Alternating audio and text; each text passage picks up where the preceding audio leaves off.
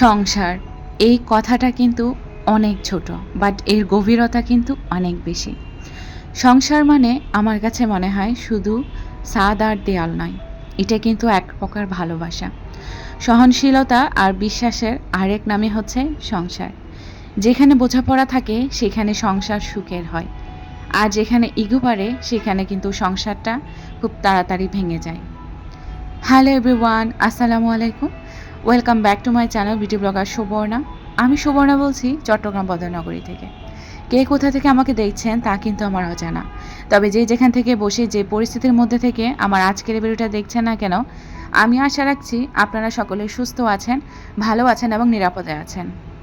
আমরা আলহামদুলিল্লাহ পরিবারের সকলেই ভালো আছি। আর যদি কেউ অসুস্থ থেকে আমার আজকের এই ভিডিওটা দেখে থাকেন, তো তাদের সকলের সুস্থতা কামনা করে আমার আজকের এই ভিডিওটা দেখার আমন্ত্রণ জানাচ্ছি।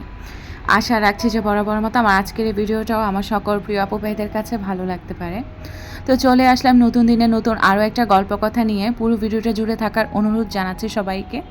তো চলুন আমার ভিডিওতে ফেরা যাক। আজকের ভিডিওটা অনেক বেশি আনন্দদায়ক, তারপর হচ্ছে অনেক বেশি ইন্টারেস্টিং, সেই সাথে আমার টুকটাক শপিং তো আছেই। তো পুরো ভিডিওটা জুড়ে থাকতে হবে। যারা সংসারের জিনিস কেনাকাটা করতে পছন্দ করেন, আশা রাখছি তাদের কাছে আমার আজকের ভিডিওটা ভালো লাগতে পারে। আজকে হচ্ছে অনেক স্পেশাল একটা ব্লগ হতে যাচ্ছে, পুরো ভিডিওটা জুড়ে থাকবেন। আর অনেক বড় একটা ব্লগ দিয়ে ফেলেছি। প্রথমে তো আমি কিচেনে এন্ট্রি নিয়েছিলাম, তো আমার হচ্ছে ডিমগুলা ঝুড়িতেই রাখা ছিল ওইভাবে। আমার যে ডিমের কিউট ঝুড়িটা আছে ওটাতে রাখা হয়নি, তো ওটাতে হচ্ছে আমি রেখে দিলাম সুন্দর করে, সেই সাথে কিচেনটাকে একটু নিট অ্যান্ড ক্লিন করলাম। এরপর হচ্ছে আমাদের এখানকার একজন প্রিয় ভাবি, উনি হচ্ছে খুব সুন্দর এই যে দেশীয় যে বাঙালির ঐতিহ্য যে আইটেমগুলো এগুলো বানিয়ে থাকেন, যেমন পিঠাপুলি। তো ভাবির হাতের তৈরি পিঠা অনেক আগে একবার খেয়েছি। আমি জানি না ভাবি আমার আজকের এই ভিডিওটা দেখবে কিনা। তো ভাবির হাতে আবারও হচ্ছে আমি পিঠা অর্ডার করেছি, আর আমি হচ্ছে রিপিট কাস্টমার। তো আলহামদুলিল্লাহ খুব ভালো লেগেছে। যারা হচ্ছে আমার ব্লগ দেখেন বা চট্টগ্রামের এই ফিরিপোর্ট বন্দরনগরীর এরিয়াতে আছেন, তারা চাইলে কামরুনাহার কেয়া এই ফেসবুক পেজটা থেকে পিঠা অর্ডার নিয়ে খেয়ে দেখতে পারেন। আশা রাখছি মন্দ লাগবে না, ভালো লাগবে। তো যাই হোক, আসলে এক একজনের স্বাদের ডিফারেন্স বা মানে মুখের টেস্টটা এক এক রকম। আমার কাছে ভালো লেগেছে, হয়তো বা আপনার কাছে ভালো নাও লাগতে পারে। তো সেটাই আসলে আপনার পার্সোনাল ওপিনিয়ন। আমার ব্যক্তিগত মতামতটা আমি এখানে আপনাদের সাথে শেয়ার করলাম, এটাই। তো যাই হোক, পিঠা টিঠা তো খেলাম, এরপর হচ্ছে সংসারের কাজে হাত লাগিয়ে দিলাম। আর তাড়াহুড়া করে ঘরের কাজ করছি কেন জানেন? দুপুর দুপুর করে হচ্ছে আমি আমার মায়ের বাসায় যাব। বাচ্চাদের যেহেতু এক্সাম শেষ, তো বাসায় তো একদম বোরিং টাইম পার করছি। হাজব্যান্ডের অফিস নিয়ে এত বেশি ব্যস্ত থাকে কি বলবো। তো কোনোখানে যে ঘুরতে যাব বা ছুটি পাবে তার কোনো অবকাশ নেই। ছুটির দেওয়া হয়েছিল, তো ছুটিটা হচ্ছে ক্যান্সেল হয়েছে এই জন্য। তো যাই হোক, ভাবলাম মার বাসা যেহেতু কাছাকাছি আছে, মার বাসা থেকে একটু ঘুরে আসবো বাচ্চাদেরকে নিয়ে। তার আগে তো হচ্ছে আমার ঘরটাকে সুন্দর করে সাজিয়ে গুছিয়ে তারপরেই যেতে হবে, সংসার বলে কথা, তাই না? তো যাই হোক, ডাইনিং টেবিলের যে মানে সুন্দর লুকটা এতদিন ধরে দেওয়া ছিল সেটার সব কিছু সরিয়ে ফেলেছি। তো ভাবলাম আমার ডাইনিং টেবিলটা একটু করে শেয়ার করি। আমার ডাইনিং টেবিলটা নিয়ে মানে খুব বেশি প্রশ্ন আসে, খুব বেশি মানে আমি প্রশ্নের উত্তর পাই আপনাদের, যে ডাইনিং টেবিলটি একটু ফুললি ডিটেলসে শেয়ার করার জন্য। তো সবসময় তো আসলে শেয়ার করার ওরকম মন মানসিকতা থাকে না। আর হচ্ছে কত কিছু দিয়ে ডেকোরেশন করে রাখি, এগুলো সরিয়ে আবার আপনাদেরকে ফুল ডাইনিং টেবিলটা ডিটেলসে দেখানো, এটা অনেক বেশি হ্যাসেল আসলে। তো যাই হোক, আজকে যেহেতু নতুন করে ডেকোরেশন করব, সাজাবো, তো ভাবলাম সব কিছু উঠাবো, যেহেতু ক্লিন করব ডাইনিং টেবিলটাকে, আমি একদম ডিক্লিন করব। তো ফুল ডাইনিং টেবিলটা আপনাদের সাথে শেয়ার করে ফেলি। আমার ডাইনিং টেবিলটা হচ্ছে ভিক্টোরিয়া ডিজাইনার, পায়াগুলা এবং চেয়ারের ডিজাইন, তারপরে হচ্ছে ডাইনিং টেবিলের চারিদিকে আমি ডিজাইন করেছি, তবে খুবই সিম্পলের মধ্যে, কোনো গর্জিয়াস কিছু নেই। চারিদিকের কাজগুলো আমি শেয়ার করছি আপনাদের সাথে। আপনাদের অনেকেরই আমার ডাইনিং টেবিলটা খুব বেশি পছন্দের। তো আমার ডাইনিং টেবিলটা হচ্ছে সেগুন কাঠের। তো ডিজাইনটাও আমি খুবই নর্মালের মধ্যে রেখেছি, মানে সাধারণের মধ্যে অসাধারণ একটা লুক আর কি। তো উপর থেকেও হচ্ছে আমি নকশাগুলো শেয়ার করে দিয়েছি, সেই সাথে চেয়ারগুলো তো সবসময় দেখেনি আপনারা। তো আবার আমার যে ডাইনিং টেবিলের উপরে যে গ্লাসটা দিয়েছি এটাও আমি ডিজাইন করে দিয়েছি। তো যাই হোক, আমি সব কিছু শেয়ার করেছি আপনাদের সাথে। এরপর মূলত আমার হাজব্যান্ড রিসেন্ট কিছু মানে ঘর সংসার কেন্দ্রিক স্মার্ট কিছু কিচেন আইটেম এনেছে বা সংসারের আইটেম এনেছে আর কি, সংসারের কাজগুলো একদম স্মার্টভাবে অর্গানাইজ করার জন্য। তো এখানে হচ্ছে একটা লিকুইড ক্লিনার এনেছে, তারপর আমার ভিম লিকুইড শেষ হয়ে গিয়েছে সেটাও এনেছে। আর এখানে খুব সুন্দর একটা গ্লাস কেটলি দেখতে পাচ্ছেন, এটা এনেছে। এটা নাকি হিট প্রুফ, চুলাতে দিয়ে করা যাবে আর কি চা, গরম পানি। এখন আমি জানি না, এখন আমি বসাইনি, আপনি একটু জানাবেন তো বসানো যাবে কি না।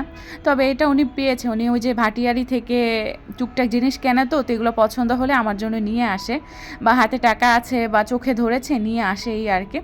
তো এইখানে হচ্ছে আর একটা খুব কাজের একটা জিনিস এনেছে আর কি, এটা হচ্ছে আমি লুনা ভাবির ব্লগে দেখেছিলাম। তো লুনা ভাবি খুব সুন্দর করে ঘরের যে ঝুলগুলো এগুলো ঝাড়ে, তো ভাবি আমাকে অফার করেছিল, ভাবি এটা নেন খুব ভালো হবে। তো আমি ফাইনালি কিনে ফেললাম, আমি এখন হচ্ছে আমার সংসারের কাজগুলোকে খুব ইজিভাবে করতে পারবো।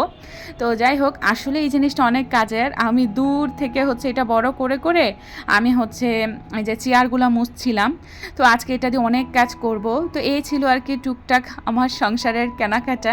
আমার হাজব্যান্ডের আর কি আমার কথা ভেবে এই জিনিসগুলো এনেছে। আসলেও কিন্তু এই জিনিসগুলো অনেক কাজের, কী বলেন আমার আপুরা? আমি জানি আমার গৃহিণী আপুরা কিন্তু বুঝবে। এই যে লিকুইড ক্লিনারটা, এটা কিন্তু আমাদের বাংলাদেশি না, মানে যেই লিকুইডগুলো এনেছে আমার হাজব্যান্ড, এগুলো একটাও বাংলাদেশের প্রোডাক্ট না, এগুলো কিন্তু বাইরের দেশের প্রোডাক্ট। আমি কি বলবো আসলে, আমি যখন আমার গ্লাসের উপরে এই ক্লিনারটা স্প্রে করেছি, অন্যান্য মিস্টার যে গ্লাস ক্লিনারগুলো আছে, ওই যে মিস্টার ব্রাচুর বা শাইনাক্স আমি যেগুলো ইউজ করি, এগুলো অনেক বেশি দিতে হয় মানে গ্লাস ক্লিন করতে গেলে। বাট এটাও আমি ওইভাবে করে অনেকগুলো দিয়েছি, বিশ্বাস করবেন না, বেশি দেওয়ার কারণে মানে দিয়েছি ঠিকই আছে আমার আন্দাজ অনুযায়ী, বাট এত বেশি ফেনা ফেনা হয়ে গিয়েছে, কি বলবো, মানে জিনিসটা অনেক ভালো, অল্পতেই অনেক কাজ হবে। মানে জিনিসটা আনার কারণে কি হবে, আমি বেশ কিছুদিন চালাতে পারবো, এটাই আর কি। তো আমি দুইটাই দিয়ে দেখাচ্ছি, দেখেন আমার আবার এই গ্লাস ক্লিনারটা শেষ হয়ে গিয়েছে বিদে আমার হাজব্যান্ড ওইটা এনেছিল। তো ওইটা যেহেতু বিদেশি প্রোডাক্ট ছিল সেই জন্য নিয়ে এসেছে, একদম ভালোটা আর কি, একদম বড় সড়ো দেখে। তো পরে হচ্ছে যেটা আমি নর্মালি আমরা সবাই ইউজ করে থাকি যে গ্লাস ক্লিনারটা, ওইটাও দিয়েছি। বিশ্বাস করবেন না, ওইটা অনেকগুলো দেওয়ার পরেও মানে মুছা যায় না, আরও বেশি দিতে হয়। তো আমি বলবো, আমি যেটা আপনাদেরকে দেখিয়েছি শুরুতে একটা লিকুইড ক্লিনার, ওটা যদি পারেন কিনে নেবেন, ওটা অনেক ভালো, অনেক ভালো। ওইটা একদম খুব সুন্দর করে কাজ করে। আমি যেটা বলবো, আমি তো অনেক দিন ধরে ইউজ করছি, এই জন্য বলতেছি। তো যাই হোক, গ্লাস ক্লিনারটা সুন্দর করে হচ্ছে, গ্লাস ক্লিনার দিয়ে আমি আমার যে গ্লাসটা আছে ডাইনিংয়ের, এগুলো সব মুছে নিয়েছি। আবার ভালো করে হচ্ছে একটা টিস্যু দিয়ে ভালো করে আমি মুছে নিয়েছি। আর চেয়ারগুলোকেও হচ্ছে এখন যে ওই যে একটা অর্গানাইজার কিনেছি, ওটা দিয়ে ভালো করে চেয়ারের ফাঁক ফুকগুলো আমি হচ্ছে মুছে নিয়েছি, ঝুল টুল ঝেড়ে নিয়েছি। চেয়ারগুলো যেহেতু একটু ডিজাইন দিয়েছি, এত বেশি নোংরা হয় কি বলবো আসলে। আর রোড সাইডে বাসা, আমি পাগল হয়ে যাই আসলে, ধুলাবালির সাথে মনে হয় রীতিমতো আমি যুদ্ধ করি। তো আপনাদেরকে মনে আছে আমি সুন্দর একটা টেবিল ক্লথ কিনেছি, আমার হাজব্যান্ড আমার কথা ভেবে নিয়ে এসেছে। এই জিনিসটা আমার এত বেশি ভালো লেগেছে, আজকে খুব সুন্দর করে সাজাবো আমার ডাইনিং রুমের থিমের সাথে। একদম এই যে চেক প্রিন্টের যে টেবিল ক্লথটা আছে, এটা মিলে গিয়েছে। প্রথমে যখন বিছাচ্ছিলাম খুব বেশি ভয় পাচ্ছিলাম যে হবে কি না টেবিলের উপরে, দেখি যে না, আমার হাজব্যান্ডের আন্দাজ ঠিক আছে। এগুলো তো একদম প্যাকেট করে সেল করে, তো দেখার কোনো ওয়ে নাই। তো উনি যে মানে বুঝেছে যে এটা 6 চেয়ারের টেবিলের জন্য এটাই অনেক। আলহামদুলিল্লাহ খুব সুন্দর করে ফিট হয়ে গিয়েছে, একদম নিচেও ঝুলে ঝুলে ছিল, আমার কাজগুলো একদম দেখা যাচ্ছিল না। আমি চাই যে আমার ডাইনিং টেবিলের চারিদিকে যে কাজগুলো আছে বা নকশাগুলো আছে, এগুলো যাতে ঢেকে থাক, তাহলে ধুলাবালিটা একটু কম যায়। আর আমি হচ্ছে চেয়ারের কভারের মানে চেয়ারে কাপড় দিব ইচ্ছা আছে, কেননা এত ধুলাবালি আমি আর পারি না, একলা মানুষ হিসেবে আমার শোপিস বেশি হয়ে গিয়েছে, এই জন্য আমার প্রতিদিন এগুলা ক্লিন করতে গেলে আমার খুব কষ্ট হয়। আর ভ্যাকসিনটা বিছানোর পর বা ক্লথটা বিছানোর পরও আবার গ্লাস ক্লিনার দিয়ে একটু মুছে নিয়েছি। ওই যেটা নতুন এনেছে এটা আর স্প্রে করিনি, কেননা ওটা স্প্রে করলে আমার জান চলে যায় মুছতে মুছতে, এই জন্য।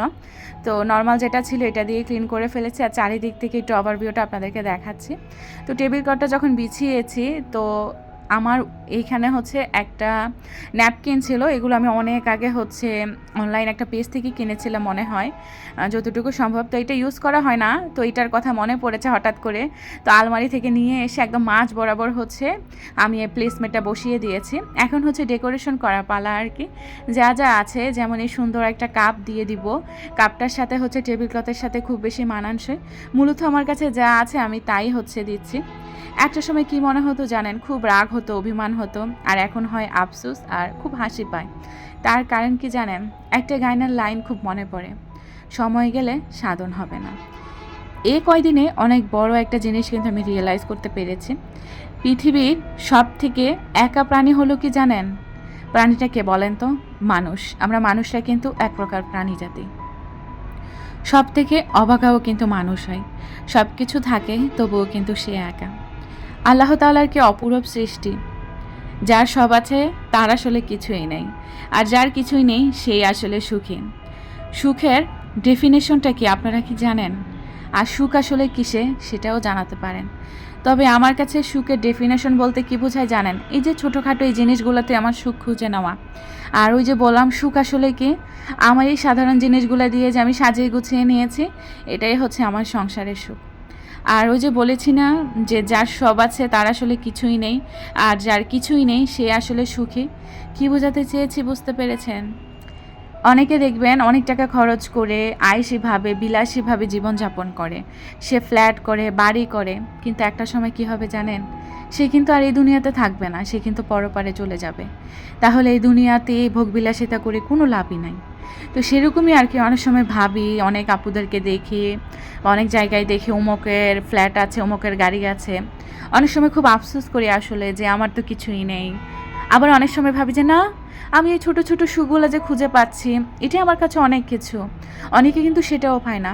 দেখবেন প্রবাসীদের ব্যাপারটা আমি বলি, আমার বোন যেহেতু প্রবাসীর হাজব্যান্ড, ওর কথাটা বলি, অনেক কিছু চাইলেও না অনেক সময় পারে না। যেমন আমি যেরকম মানে সুযোগ পেলে আমার হাজব্যান্ডকে পাচ্ছি, আমি তার সাথে 2 কাপ চা শেয়ার করছি, তারপর কিছু প্রয়োজন হলে আমি তাকে বলতে পারছি, সে এটা এনে দিচ্ছে। তবে প্রবাসীদের কিন্তু ক্ষেত্রে এটা আলাদা। তো আমি কি বোঝাতে চেয়েছি আশা করছি আমার আপুরা যারা বুদ্ধিমতী আছেন তারা বুঝে গিয়েছেন। অনেকে চাইলেও আসলে অনেক কিছু পায় না। তো এটা আমি বোঝাতে চেয়েছি যে আমি যেই জিনিসগুলোতে সুখ খুঁজে পাই, অনেকে কিন্তু সেই জিনিসগুলোতে সুখ খুঁজে পায় না। আবার অনেকে যেগুলোতে সুখ খুঁজে পায়, আমি কিন্তু সেইগুলোতে আমি সুখ খুঁজে পাই না। তো এগুলো হচ্ছে আল্লাহ তাআলার অপূরব সৃষ্টি। এই জন্য এই কথাগুলো বললাম আর কি। আসলে অনেকদিন ধরে বলবো ভাবি তো বলা হয় না, সেজন্য আজকের ভিডিওতে আমি বলে দিয়েছি। তো যাই হোক, অনেক কথা বললাম। আর ডাইনিং টেবিলের উপর দেখেছেন তো কত সুন্দর করে ডেকোরেশন করে নিয়েছে। একটা হচ্ছে টার্কিশ একটা কেটলি আমি রেখে দিয়েছি, বা মরক্কান যাই বলুন, এটা হচ্ছে আমার বাবা আমাকে দিয়েছিল। আমার বাবা মা খুব শৌখিন মাশাল্লাহ। তো আজকে হচ্ছে যাব ঘরের কাজটা শেষ করে, মা আবার নতুন হাঁড়ি পাতিল কিনেছে, সেগুলোও শেয়ার করব। আপনারা সকলেই হচ্ছে আমার হাঁড়ি পাতিলের এই ব্লগগুলো দেখতে খুব পছন্দ করেন। তা আমিও চেষ্টা করি যখন একটু কিনি টিনি আপনাদের সাথে একটু সুন্দর করে শেয়ার করার জন্য আর কি।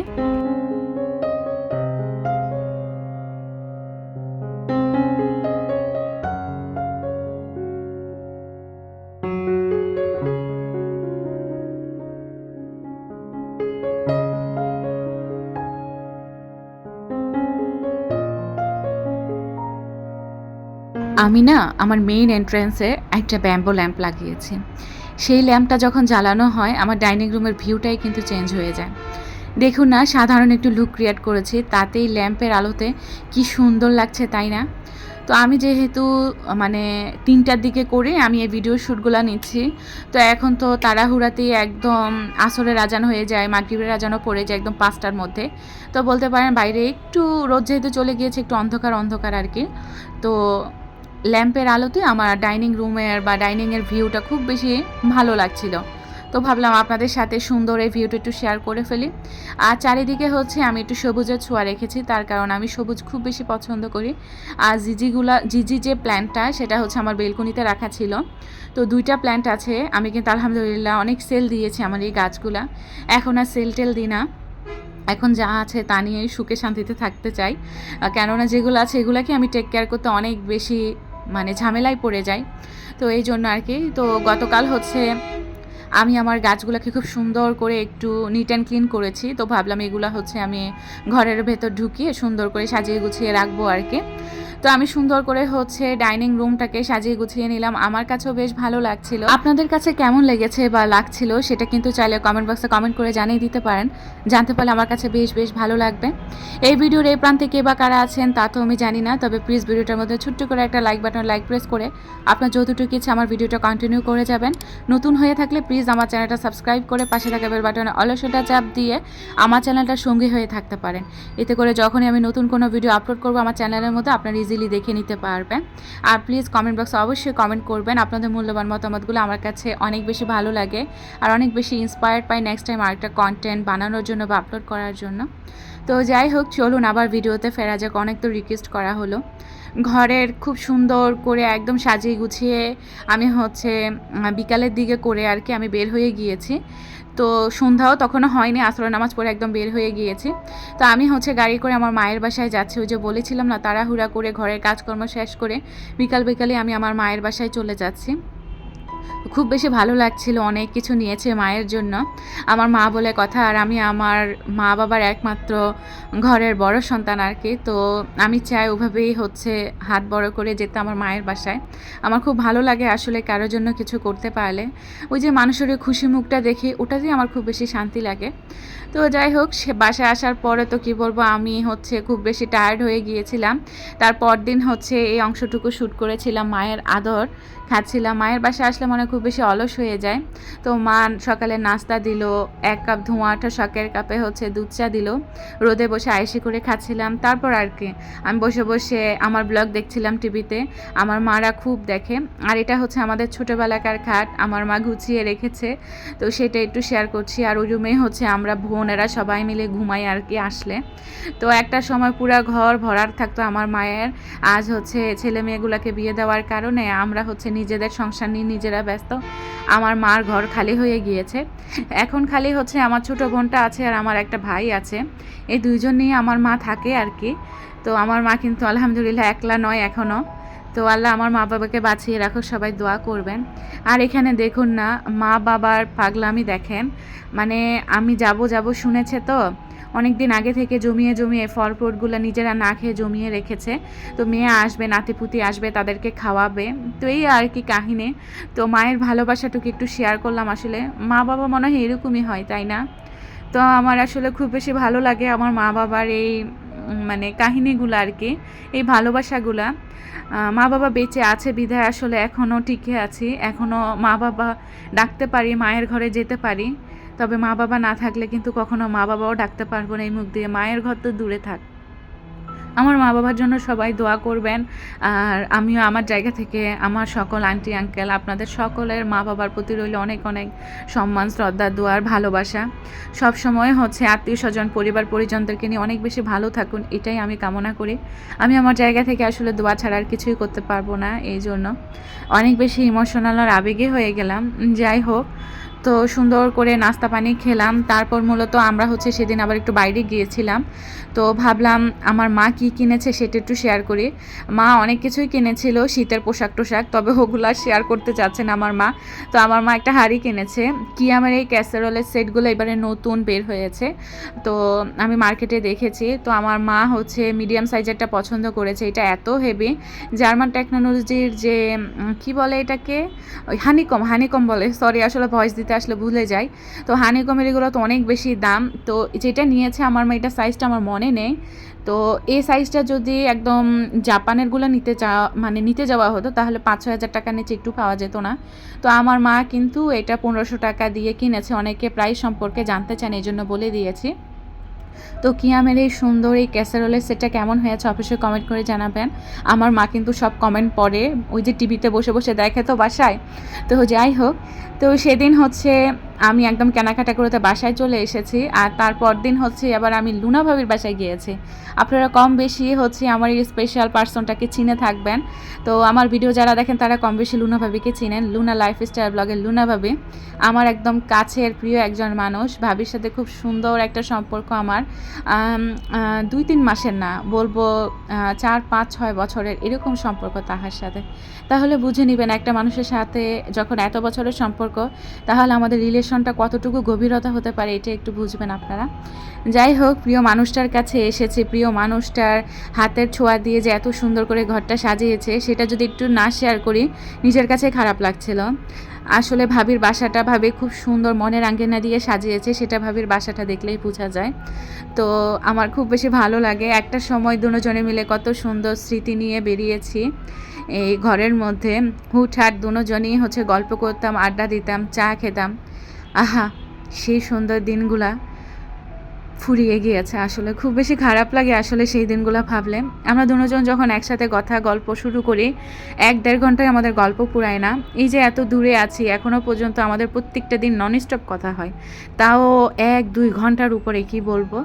তো ভাবির ঘরে গিয়ে ভাবির সবগুলো জিনিস মানে হাতে ছুঁয়ে দেখছি। আর কত গল্প-সল্প করছি, কি বলবো। ভাবিকে বলছিলাম, "ভাবি, ভিডিওতে এই বাসাটা দেখে এখন আবার এসে সামনাসামনি দেখছি।"